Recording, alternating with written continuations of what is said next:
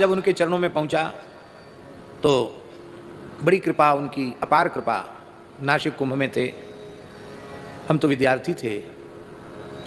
रात्रि को 1:30 बजे, 2 बजे तो उठा ही देते थे, रात्रि को 1:30 बजे आसन में बैठे थे। 1:30 बजे ही उन्होंने नारायण नारायण भज नारायण भज नारायण भज गोविंद भज गोविंद भज गोविंद। सो हम समझ गए कि शायद 2 तो नहीं बजे, उठ गए हम, 1:30 बजा था। हमसे बोले, बच्चा हमने एक संकल्प कर लिया है। महाराज जी आज्ञा। बोले हमारे पास 2 चीजें हैं, एक गुरु महाराज की दी हुई गुरु परंपरा का स्थान है, पहाड़ी बाबा स्थान, वो तो तुमको देने का, वो भौतिक संपत्ति है, उसको देने का मैंने निश्चय कर लिया, संकल्प कर लिया है। और मुझे जो मेरे गुरुओं की कृपा से आध्यात्म संपत्ति मिली है, उस आध्यात्मिक संपत्ति भी तुमको देने का संकल्प कर लिया है। मेरे पास जो कुछ है आज मैंने तुमको सब कुछ दे दिया। ऐसे बोले, वाणी से बोले, मैंने मेरे पास जो कुछ था सब कुछ दे दिया। तो मैं एकदम रोमांचित हो गया। हमने कि महाराज जी हम तो विद्यार्थी हैं, आप किसी अच्छे अनुभवी संत को गुरु परंपरा का स्थान सौंपें, हम तो विद्यार्थी हैं।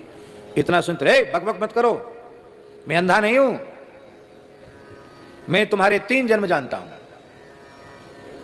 तीनों जन्मों से ब्राह्मण हो, तीनों जन्मों से बाल ब्रह्मचारी और विरक्त साधु हो, ये तुम्हारा आखिरी जन्म है, अब लौट के संसार में नहीं आना है, मैं अंधा नहीं हूं। खबरदार आवाज के आगे अपने आप को विद्यार्थी कहा तो साधु हो।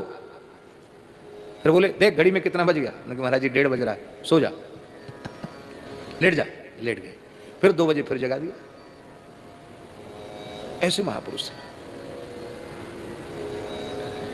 यद्यपि ये सब बातें सबके बीच कहने की नहीं है, पर पूज्य महाराज जी विराजमान हैं, संत वृंद विराजमान हैं, महापुरुषों की कृपा, गुरुजनों की कृपा का मात्र स्मरण ही कर रहे हैं। तो महाराज जी कहते थे कि हमने अपने परमहंस जी महाराज से, जो उनके सिद्ध गुरु जी थे, उनसे बोले, बच्चा तुम्हें खेल दिखाएं? हाँ दिखाओ खेल। तो कहते अपने 3 जन्म तक के आश्रमों में जहां जहां वो साधन करते थे, जहां जहां जिस गांव में उनका जन्म हुआ था, सब जगह ले गए।